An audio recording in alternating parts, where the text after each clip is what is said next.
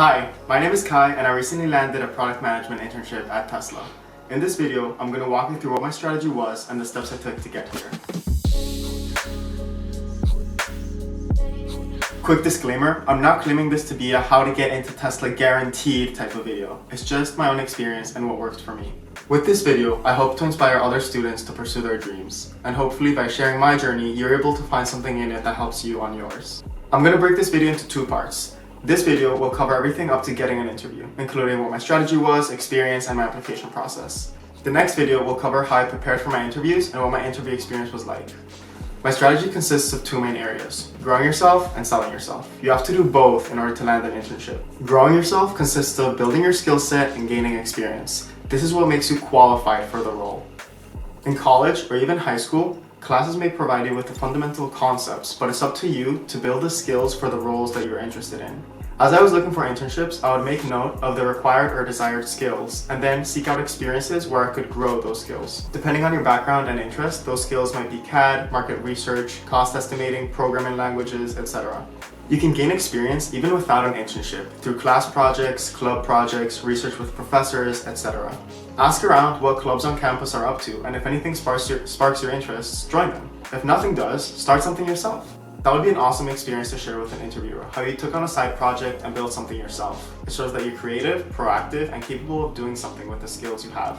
For example, I joined Engineers Without Borders and Engineers for a Sustainable World my first year and helped out with some projects that they were working on, but it wasn't until my sophomore year that I really found a project that I was passionate about. This was the Solar Decathlon, a competition to design a sustainable home. Even though I had no experience, I was really passionate and interested in the project and ended up becoming the team lead. When working on school or club projects, the blessing is that there is little to no risk, so it's a great way to push yourself outside of your comfort zone and build a new skill. I barely knew anything at the start of the Solar Decathlon, but I learned as I went on, and that's what mattered. Failing is okay. Not trying is not okay. You have to push yourself outside of your comfort zone if you hope to grow. I cannot count the number of times that I felt like a complete idiot. I think that being in a room with people more knowledgeable than you is a good thing. It means that you can learn from them. When you're working on a project and have no idea what's going on at first, that means you have the potential to learn a lot of new things. What I found is that the best measure of my growth is how often I have that uncomfortable feeling in my stomach where I'm lost and too embarrassed to even ask a basic question. Sometimes you have to be brave enough to just feel stupid and ask your question. Keep asking questions, keep learning, and you will make it to the other side and be all the better for it. Now, selling yourself is about showcasing your strengths and passion. It doesn't matter how qualified you are if no one knows it. Selling yourself is about ensuring that your hard work and skills are recognized. Having a solid resume and LinkedIn are a must. Here's the resume I sent to Tesla. Be sure to emphasize the impact your actions had and try to quantify it whenever possible. Do not just merely state what you did. Your resume is not a job description for your previous jobs. Instead, show the impact you had. Recruiters ultimately care about if you would be able to bring value to the company. So be sure to mention your top accomplishments in a way that their impact is clear and measurable. This is my LinkedIn profile when I applied to Tesla. Your LinkedIn should also showcase the basic info about you, like your school, major, class year, experience, and accomplishments. But it's also a great way to provide more breadth and depth about who you are. Be sure to have a nice profile picture and banner. It sets a nice vibe and makes your profile seem more human. A headline is also important and should depict who you are and what you do. You can also add media to your LinkedIn profile. It's a great way to show images of projects, reports, and anything you think would help paint a more holistic picture of who you are. I think one of the biggest advantages of LinkedIn is that it allows you to showcase your passion and why you do what you do. Emphasize your passion. There's a quote from Roosevelt that says, "People don't care how much you know until they know how much you care." Emphasize your passion. Networking is another key pillar of selling yourself. Talking to people who have more experience than you is a great way to learn more about different roles and companies, especially people who are on a similar path as you and are just a little ahead of where you are now. Focus on building and nurturing the connections you already have and branch out to make new connections with people in roles or companies you're interested in. Do not directly ask for a referral though. Referrals are great and can help your chances of being noticed by a recruiter, but they are not the sole purpose of networking and are not a guarantee to getting an interview. You can start by sending a LinkedIn request to learn more about a person's role or a company. People are more likely to respond if you share something in common, like where you went to school, where you're from, or some other interest. If it goes well, you could potentially set up a call to go more in depth. Being introduced by a common connection is also a great way to jumpstart your relationship with someone.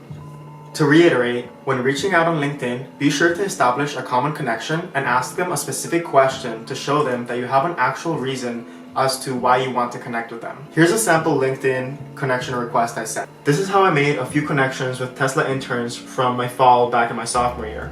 But most of those didn't go beyond a few messages back and forth because I didn't really have any substantive questions to ask. So be sure that you're reaching out with a specific reason, whether it's to learn more about what they do at Tesla or to get advice for your specific situation. I also suggest following recruiters on LinkedIn. Some of them post tips and insights that can actually be really helpful. The most helpful part of networking through LinkedIn was looking for patterns among the profiles of Tesla interns. The biggest pattern I noticed was that most Tesla interns had experience working at a previous company or a project. Whether for school, a club, or a side project of their own, they all had something to bring to the table when they got to Tesla. This is also what inspired me to get involved with the solar decathlon. Interviewing is another key part of selling yourself. Interviews are the final and often most stressful stage of the internship search. So I've devoted a whole other video to how I prepared for my Tesla interviews. Keep in mind that growing yourself and selling yourself do not have to be separate undertakings. By working on your LinkedIn or resume and having mock interviews, you can realize which areas you may fall short in, and then use that knowledge to grow yourself. So don't wait until you think you're fully qualified to start looking for roles and applying. Start looking for what your dream job requires and start preparing for that today. So now that I've gone over my big picture strategy, I'll give an overview of what my application process was like. My sophomore year, I got involved with the solar decathlon and started applying for summer internships and networking through LinkedIn. I submitted a few Tesla applications but never heard back. However, I ended up landing a summer internship at GE Renewable Energy, in no small part thanks to my solar decathlon experience. So for summer 2021, I was a program manager intern at GE Renewable Energy. At the start of my junior year, in fall of 2021, I had two core experiences under my belt: the solar decathlon competition and the summer internship I had just completed at GE Renewable Energy. I started applying for internships for spring of 2022 as soon as early September. Tesla had not yet posted summer internships. I decided to apply for spring of 2022 because I had heard from one of my connections that spring internships are less competitive because most people only apply for summer internships. I decided it would be worth it to take a gap semester or a gap year if I landed an internship at Tesla, so I went ahead and applied for several different internship postings for the spring of 2022. Around that time, I was also sending LinkedIn connection requests to people that worked at Tesla. One current Tesla intern was kind enough to accept my connection request, and so I followed up. We exchanged a few messages, and then I asked if we could have a brief call to talk more about product management. She agreed, and we had a good talk where I asked about her prior experience and shared a bit about my own background and interests. She ended up offering to put in a referral for me, for which I was very grateful. In the meantime, I kept applying to other places. It's important to keep your options open and keep exploring different possibilities. Exactly 3 weeks after my referral was made, I got an email from a Tesla recruiter. When I first glanced on my phone, my heart skipped a beat and I couldn't really believe it. I was so excited but also really nervous. I was being considered for a product manager internship for spring 2022 and the team wanted to invite me for an interview. And that's it for this video. In the next video, I'll share how I prepared for my interviews and what my interview experience was like. If you found this video helpful, please feel free to share it with anyone you think could also benefit from it, and feel free to drop a comment letting me know your thoughts. Thank you for watching, and I'll see you in the next video.